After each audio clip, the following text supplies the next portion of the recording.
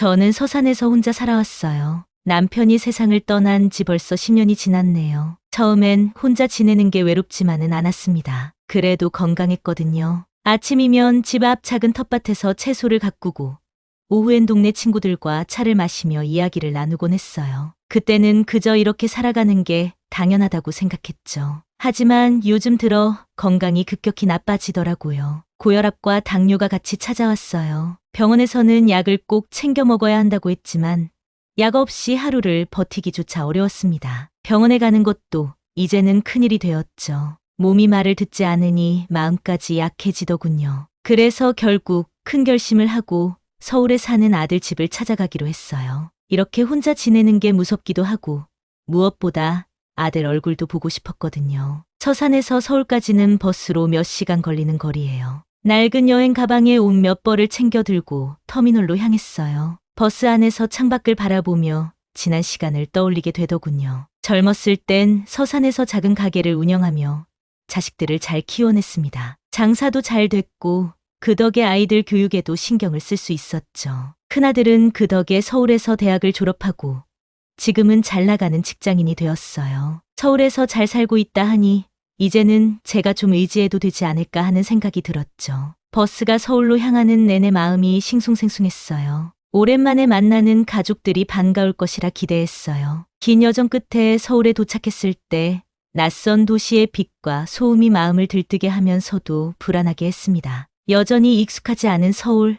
하지만 이제 그곳이 제게 새로운 안식처가 될 거라 믿었어요. 아들 집에 도착했을 때 며느리와 손주들이 모두 집에 있었어요. 하지만 누구도 저를 반갑게 맞아주지 않았습니다. 문을 열어준 며느리는 제게 인사도 하지 않고 그저 어색한 미소만 지었어요. 손주들은 저를 보고도 TV에 다시 시선을 돌리더군요. 그때 제 가슴이 쿵 내려앉는 것 같았어요. 그동안 제가 얼마나 이 순간을 기대했는지 몰라서 그랬겠죠. 서울로 오면서 내심 기대했던 마음이 서서히 사라져가는 걸 느꼈습니다. 저를 기다려주는 가족이 있다는 생각에 들떴던 마음이 찬물 한 바가지를 맞은 듯이 식어갔어요. 처음엔 그저 어색함 때문이라 생각했지만 시간이 지날수록 그들의 차가운 시선이 단순한 어색함이 아니었음을 깨닫게 되었죠. 문 앞에서 저는 어찌할 바를 몰라 그 자리에 한동안 서 있었습니다. 며느리의 냉랭한 눈빛이 저를 더욱 작아지게 만들었어요. 서울에서의 생활이 기대와는 다를 것 같다는 불길한 예감이 들기 시작했습니다. 서울에 도착하고 첫날 저는 가족들과 함께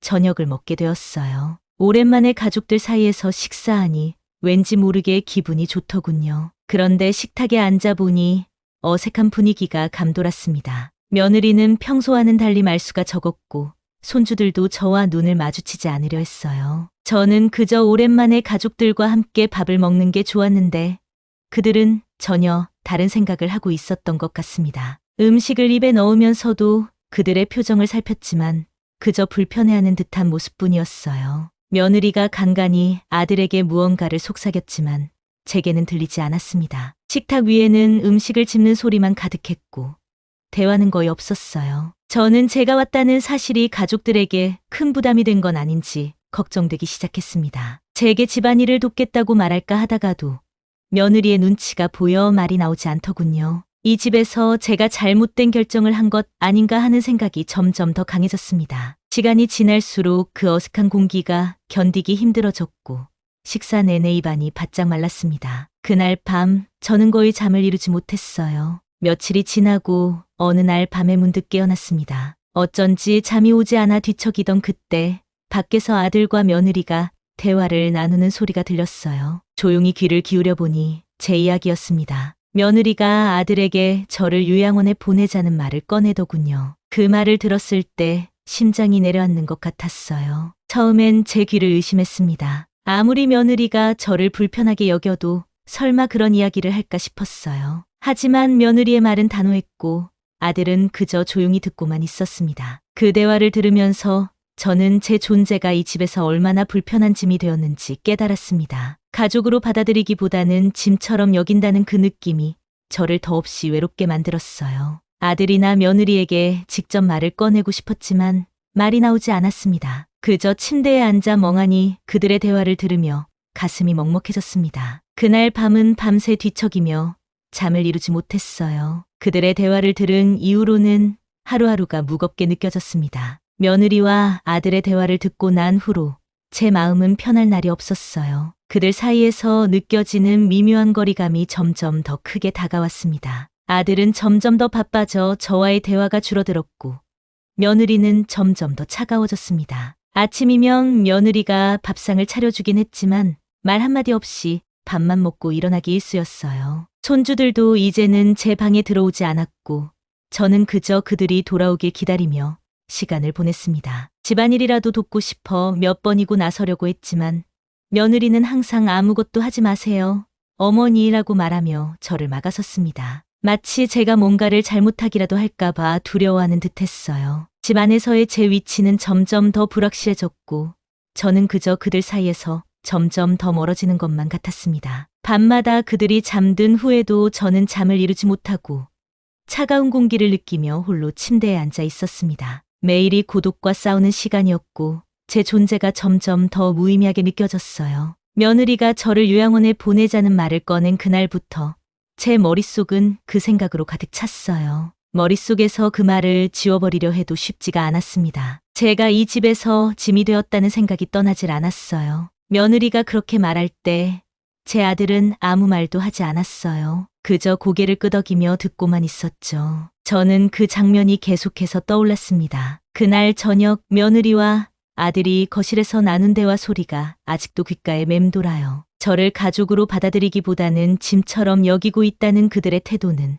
저를 더없이 외롭게 만들었어요. 제 자존심이 상처를 입었고 그 상처는 날이 갈수록 깊어졌습니다. 그들이 원하는 대로 제가 요양원에 가야 하나 고민했지만 그 생각만으로도 가슴이 아파 견딜 수가 없었어요. 결국 저는 이 집에서 더 이상 지낼 수 없다는 결심을 하게 되었습니다. 밤이 깊어지자 저는 창밖을 내다보며 스스로에게 물었습니다. 정말 이 집에 계속 머물러야 하는지, 계속해서 가족들에게 짐이 되는 게 옳은지 말이죠. 어쩌면 그들의 기대대로 요양원에 가는 것이 맞을지도 모른다고 생각했어요. 하지만 제 자존심이 그걸 허락하지 않았습니다. 저는 이 집에서 더 이상 필요 없는 존재라면 더 이상 머무를 이유가 없다고 생각했어요. 저는 홀로 설 수 있는 용기를 가지기로 했습니다. 그들에게 짐이 되는 것도, 그렇다고 해서 자신을 포기하는 것도 원하지 않았어요. 그래서 다시 서산으로 돌아가기로 결심했어요. 혼자서라도 남은 인생을 제 방식대로 살아가기로 다짐했습니다. 그 결심을 하자 마음이 한결 가벼워지는 것 같았어요. 이제는 누군가에게 기대지 않고 제 힘으로 살아가겠다는 생각에 오히려 마음이 단단해졌습니다. 그날 밤 저는 조용히 짐을 챙겼어요. 몇 벌의 옷과 약, 그리고 몇 가지 소지품을 가방에 넣고 나니 생각보다 가벼운 짐이 되더군요. 아들과 며느리는 깊이 잠들어 있었어요. 그들이 깨기 전에 집을 떠나기로 했습니다. 저는 살금살금 문을 열고 복도를 따라 조용히 걸어 나왔어요. 복도는 어두웠고 제 발소리만이 들렸습니다. 아파트를 나와 택시를 잡아타고 버스터미널로 향했습니다. 차 창밖으로 보이는 서울의 밤거리는 화려했지만 제 마음은 무척이나 허전했습니다. 그럼에도 불구하고 홀가분한 마음도 들었어요. 이제는 아무에게도 기대지 않고 스스로의 힘으로 살아가기로 결심했으니까요. 버스를 타고 서산으로 돌아가는 길에 저는 창밖을 내다보며 다시 한번 제 결심을 되새겼습니다. 비록 고독한 길일지라도 이 선택이 저를 더 강하게 만들어줄 것이라 믿었습니다. 서산으로 돌아왔을 때 집이 한층 더 적막하게 느껴졌습니다. 하지만 그 적막 속에서도 안도감이 들더군요. 이제는 아무도 제게 잔소리를 하거나 눈치를 주지 않는다는 사실이 오히려 위안이 되었어요. 창밖으로 펼쳐진 시골 풍경은 예전보다 더 고요했고 그 고요함 속에서 마음이 차분해졌습니다. 이제는 제 손으로 직접 밥을 차려 먹고 집안일을 할 수 있다는 사실이 기뻤습니다. 집에 들어서니 오래된 가구와 익숙한 냄새가 저를 반겨주는 듯했어요. 나는 이곳에서 다시 시작하기로 했습니다. 혼자서도 잘 해낼 수 있다는 자신감이 서서히 생겨났어요. 이제는 누구에게도 기대지 않고 스스로 남은 시간을 책임져야 한다는 결심이 굳어졌습니다. 이 집에서의 삶이 다시 제 것이 되었다는 생각에 오히려 마음이 편해졌습니다. 하지만 혼자 모든 것을 해내기에는 몸이 예전 같지 않더군요. 그래서 제가 가장 먼저 한 일은 간병인을 고용하는 것이었어요. 건강이 많이 나빠져서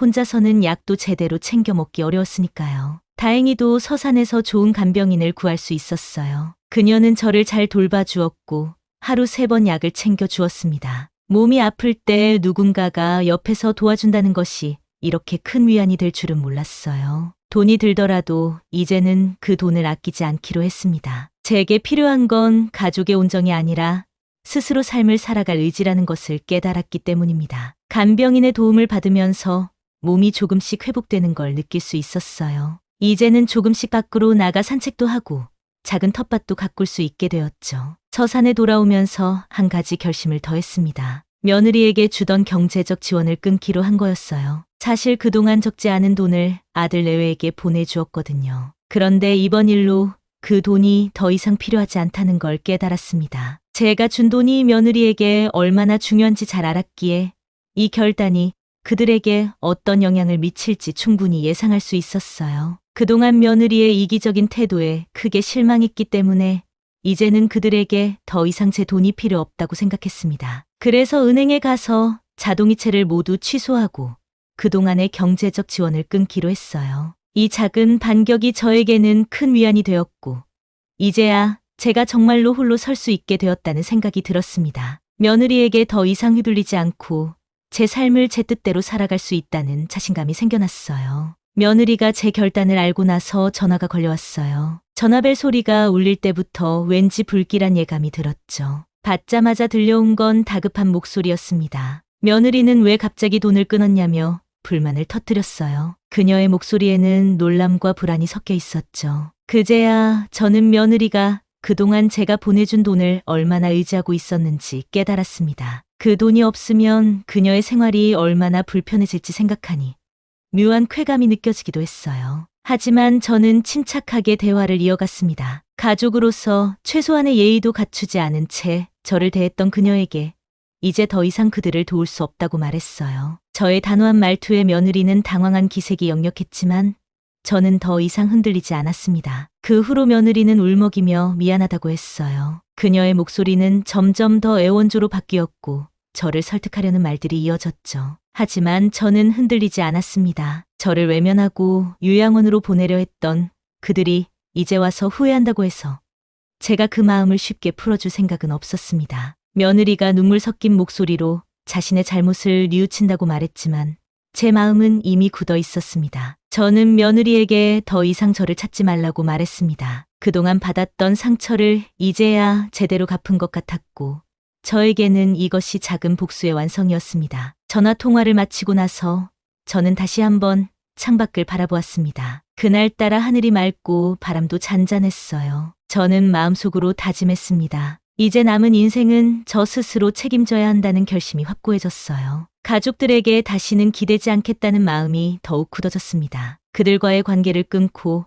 홀로 서기를 결심한 제 자신이 자랑스러웠어요. 앞으로는 누구의 도움도 누구의 간섭도 필요 없다는 것을 확실히 느꼈습니다. 창밖으로 보이는 평온한 풍경을 보며 저는 새로운 삶을 향해 힘차게 나아가기로 결심했습니다. 서산으로 돌아온 후 저는 간병인의 도움을 받으며 차분한 일상을 이어갔습니다. 혼자 있는 시간이 많아졌지만 그 시간이 오히려 제 마음을 정리하는 데 도움이 되더군요. 아침이면 간병인이 정성스럽게 아침 식사를 준비해 주었고 약도 꼬박꼬박 챙겨 먹을 수 있었습니다. 한적한 시골집에서 간병인과 함께하는 이 평온한 시간은 저에게 큰 위로가 되었습니다. 가족들과의 인연을 끊고 나니 더 이상 상처받을 일도 없었습니다. 혼자서 지내는 것이 외로울 거라고 생각했던 것과는 달리 오히려 제 자신을 돌보고 사랑하는 법을 배우게 되었습니다. 작은 정원에서 꽃을 가꾸고 간단한 운동을 하며 하루하루를 살아갔습니다. 간병인과 함께하는 대화도 제게는 큰 힘이 되었습니다. 이제는 제 스스로 삶을 책임지며 하루하루를 살아가고 있어요.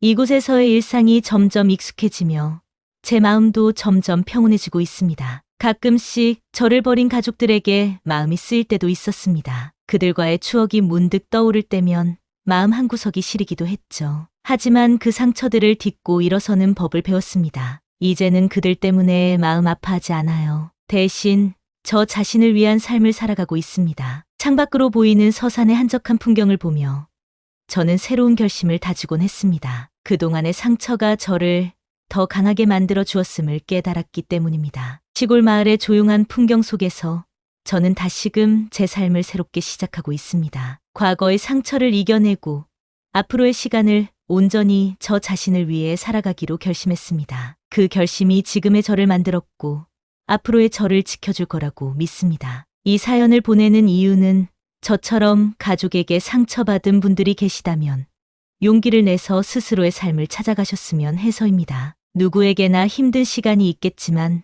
그걸 이겨내고 나면 새로운 삶이 기다리고 있다는 걸 알았으면 좋겠어요. 저처럼 말이죠. 이제 저는 제 남은 인생을 홀로 서는 힘으로 살아가고 있습니다. 혼자라는 사실이 더 이상 두렵지 않아요. 오히려 제 자신에게 더 집중할 수 있는 시간이 주어졌다는 생각이 듭니다. 그리고 그 시간이 저를 더 강하게 만들어 줄 것이라고 믿습니다. 여러분도 힘내세요. 세상은 생각보다 넓고 여러분이 홀로 설 수 있는 힘은 내면에 이미 존재하고 있을 거예요. 지금 이 순간 그 힘을 믿고 앞으로 나아가시길 바랍니다.